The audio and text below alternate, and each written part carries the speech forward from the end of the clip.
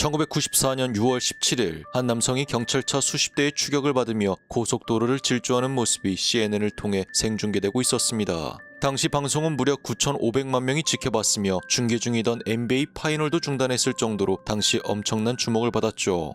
이 정도로 많은 사람들이 관심을 가진 이유는 쫓기는 사람이 바로 미식 축구 NFL 최고의 스타 O.J. 심슨이었기 때문입니다. 오늘 판테리가 여러분들에게 들려드릴 이야기는 O.J. 심슨 사건입니다. 그럼 바로 시작하죠.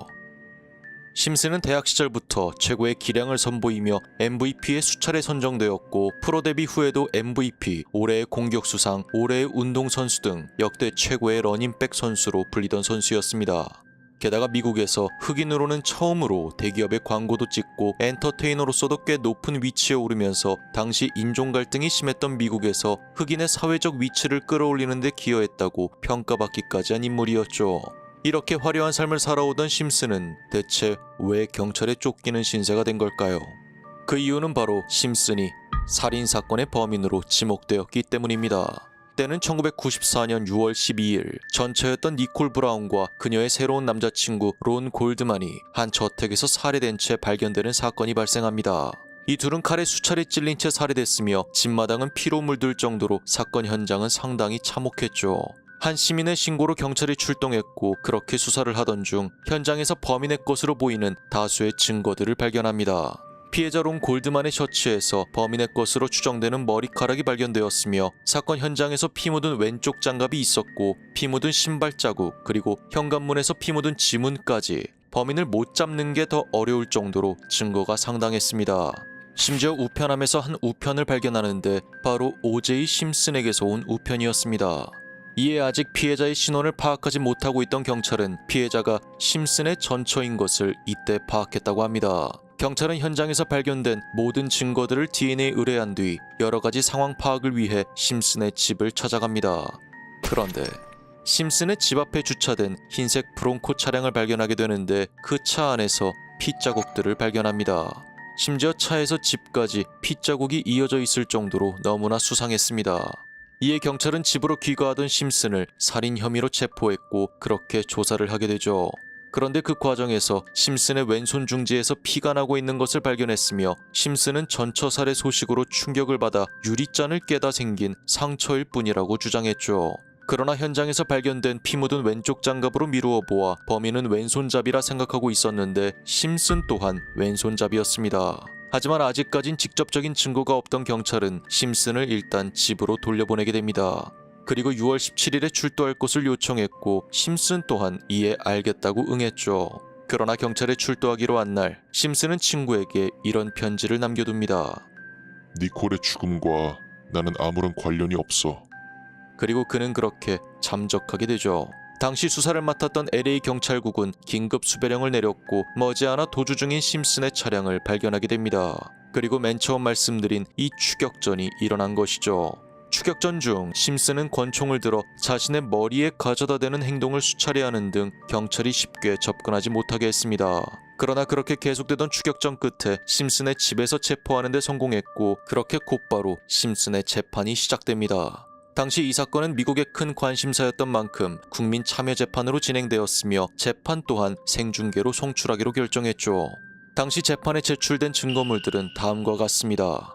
심슨의 집에서 발견된 양말에 묻은 혈액에서 피해자 니콜 브라운의 DNA가 검출됨. 또 다른 피해자 론 골드만 셔츠에서 발견된 머리카락은 아프로게의 머리카락이었으며 심슨 역시 아프로게였다. 현장에서 발견된 피 묻은 장갑에서도 2명의 피해자와 심슨의 DNA가 발견되었을 뿐더러 나머지 오른쪽 장갑은 심슨의 집에서 발견되었다. 사건 현장에서 발견된 피 묻은 발자국 사이즈가 심슨과 일치했으며 경찰이 예상한 신발 또한 과거 심슨이 신었던 것이 확인됨. 심슨의 셔츠에서 피해자의 혈흔이 다량 발견되었고 차량에서 또한 발견됨. 게다가 심슨은 니콜을 상습폭행했으며 고발된 전적까지 있었음. 이외에도 다 말하지 못할 정도로 수많은 증거들이 발견되었으며 사건 발생 시각에 목격자들의 증언까지 있었습니다. 심슨이 범인이 아닐 수가 없었습니다. 하지만 심슨의 변호인들은 경찰들의 모든 주장을 하나하나 반박하기 시작합니다. 당시 엄청난 수임료가 들었을 것으로 추정될 만큼 드림팀으로 구성된 변호인단은 먼저 DNA 검출 기술에 대해 이의제기합니다. 당시엔 완벽한 환경에서도 증거로 이용하기 어려운 수준의 오류가 자주 발생했으며 심지어 DNA 대조를 위해 채취한 심슨의 혈액의 90%인 150mg이 사라졌다고 주장했죠.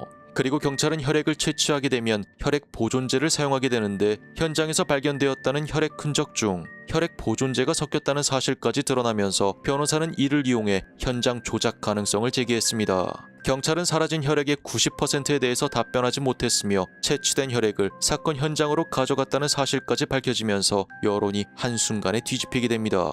게다가 이상한 점들은 너무나 많았습니다. 피해자 니콜의 등에는 범인의 것으로 보인 피가 묻어 있었는데 시체를 깨끗하게 씻어 증거를 훼손시키는가 하면 감식반은 장갑을 착용하지 않은 채 증거물을 다뤄 훼손시키기도 했습니다.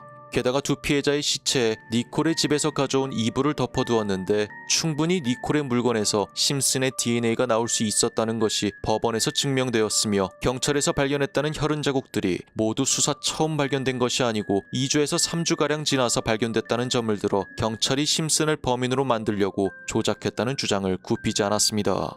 게다가 변호인들은 여기서 경찰에 치명적인 카드를 하나 꺼내듭니다. 바로 사건 현장에 배치됐던 마크 퍼먼 형사는 과거 인종차별 문제를 일으켰으며 한 인터뷰 테이프에서 니거라는 단어를 수없이 사용하기도 하고 증거를 억지로 꾸며내서 흑인을 범인으로 몰아가는 건 정의의 성취라고 말했던 점까지 모두 공개하며 심슨을 범인으로 만들기 위해 현장을 꾸몄다고 주장했습니다.